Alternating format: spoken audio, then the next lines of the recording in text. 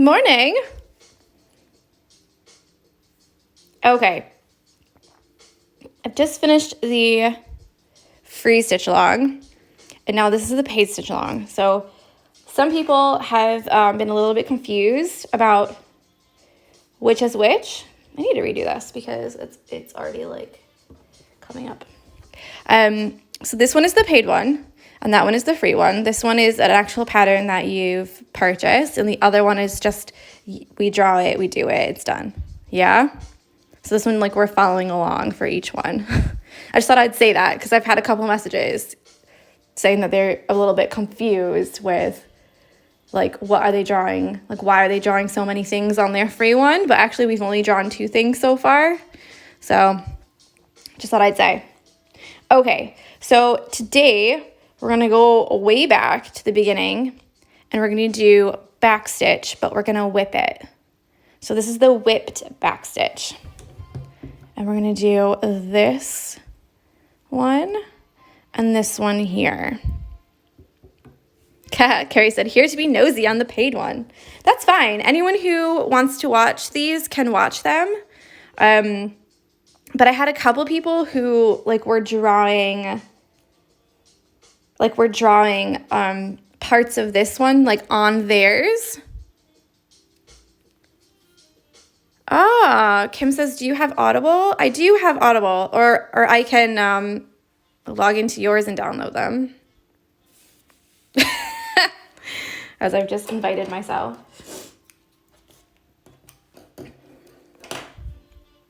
I'll message you. Okay, so we're going to do the whipped backstitch. And I'm going to do, I'm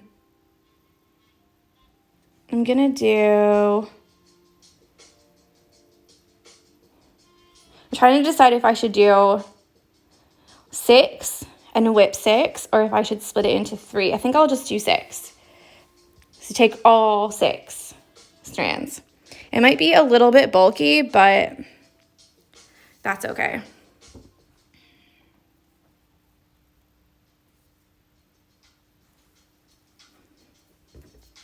Okay, let me zoom. So today we're doing it, it's very easy today because I feel like the last couple of days you've had a lot to stitch. So today and tomorrow will be a little bit more, but not so much. Not so bad. So we're just gonna do this line here and this line here as a whipped backstitch. So I'm gonna start here at the bottom. Do I want to start at the bottom? I'll start at the top. It doesn't really matter, but because we're gonna go all the way down and then come all the way back up, I want to make my thread go from here to here instead of from here to here where it's white and I'll be able to see through. So I'm always kind of keeping that in mind as I'm stitching, like where is my next stitch gonna be? And if I went from here to the top to the bottom, then I would probably end up cutting it and then starting it again so I didn't have that little line here because you'll be able to see it. The other thing is that this right here is really close to the edge of the hoop, so getting a nice tight knot that's really close to like the surface of the embroidery is going to be really difficult. So I'm going to choose to start way up here. Now the whipped backstitch starts just like the regular backstitch. So you're just gonna try and make your stitches all the same length. They don't have to be really short because we don't have any like sharp curves or anything like that. They're just nice and gentle. So we've already done the backstitch, so I feel like I don't really need to explain it that much. You're just gonna go up, forward, and then back down the hole that you just came up. So you're always going up a little bit farther.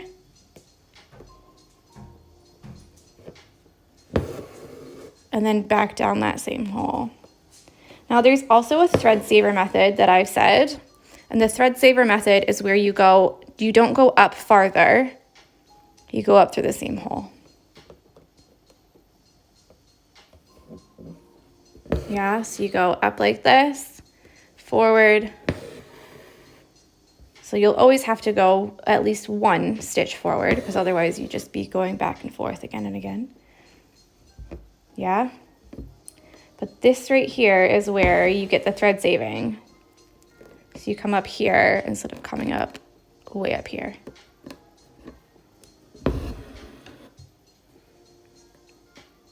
And really, it doesn't matter that much which method that you use. At the end, though, we want to have the thread not end at the very end. So we don't want to come up at the very tip. We want to come up a little bit before. And I'll show you why in just a minute. So we're going to keep going.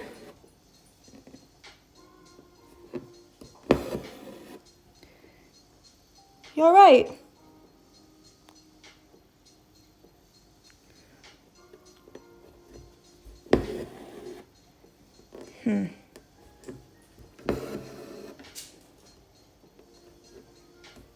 Okay, so this is what I mean.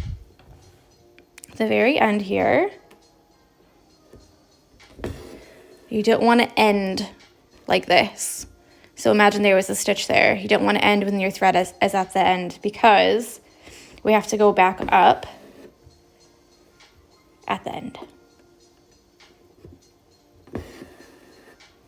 Okay, so I'll zoom it in so you know what I'm talking about. So I've got my thread up here at the end, and this is the whipped back stitch. So what we're going to do is you can choose which way, whether from the left to the right or the right to the left, but whichever way you choose, you have to keep it that way. So if you choose the left to the right, you're always gonna go left to right. If you choose right to left, you're always gonna go right to left. Okay? And what we're gonna do is we're gonna slide our needle underneath each of these stitches. So obviously I'm choosing right to left. So I'm always gonna choose right to left.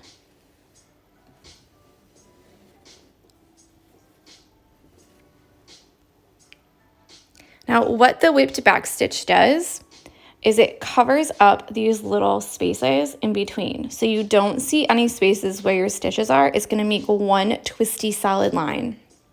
Very similar to a stem stitch, but I think it's a little bit like more solid, almost like a rope.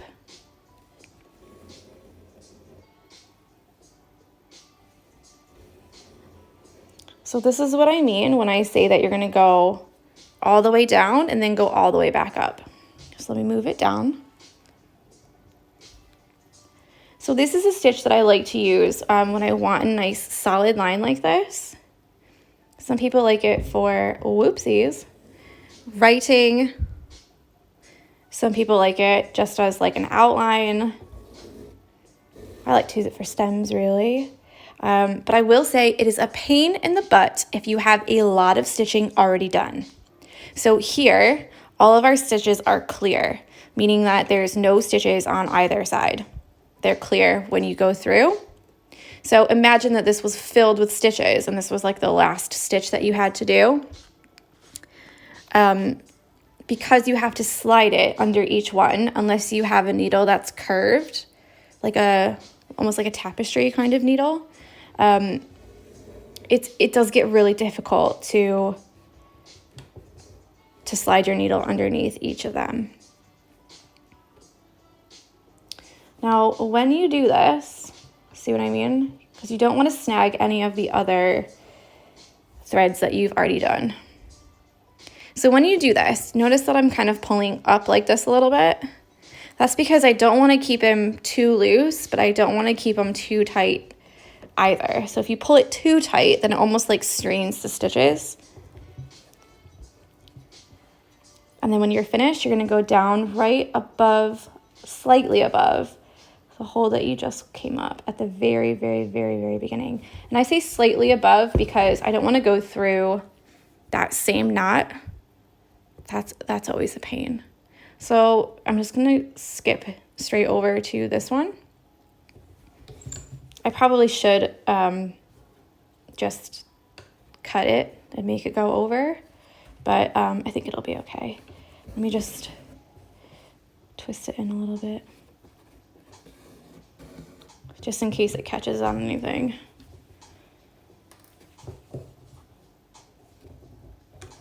Okay, and then we'll do this one over here.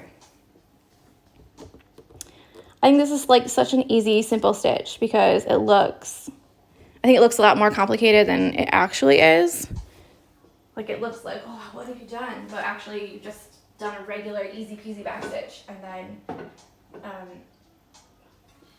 whipped the stitches around. Man, it's freezing cold out, but it is absolutely sunny and stunning. It's tricking me because I really would like to go outside, but I just let Jessie out and I was like, nope.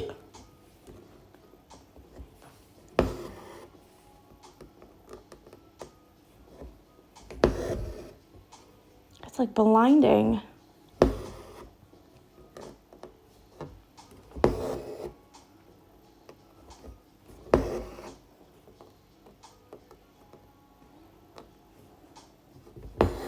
So yeah, simple today, huh?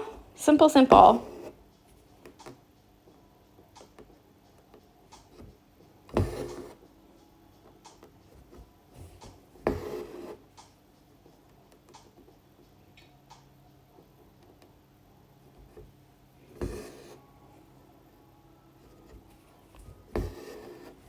And I did speak about it in my other live, but I don't think I actually said about the live on Saturday. So on Saturday, I'm not going to go live because I'm going to be out all day. I'm going to London. If you want to watch the other one, then you can hear me chat all about that. But I'm going to go to London on Saturday.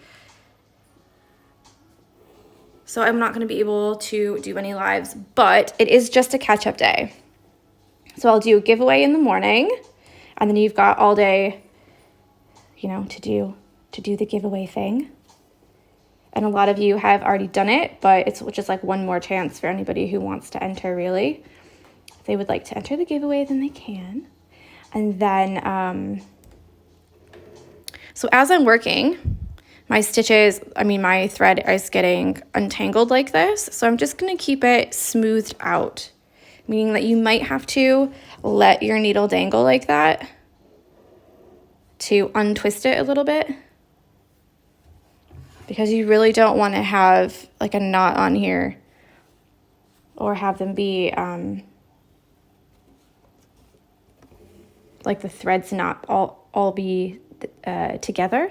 Do you know what I mean? So sometimes one thread will be like a little bit longer here, like that. So when you pull it tight, you have like one that's kind of humped up, and you don't want to have that. So if you ever find that, I tend to just go like this and smooth it out. You might have to move your needle as well to kind of like run your fingers or your nails over it and make sure that it's not come apart. So yeah, no live on Saturday. It's just a catch-up day. And I forgot to say this morning on the free Stitchalong live. So I'll make a post about it today.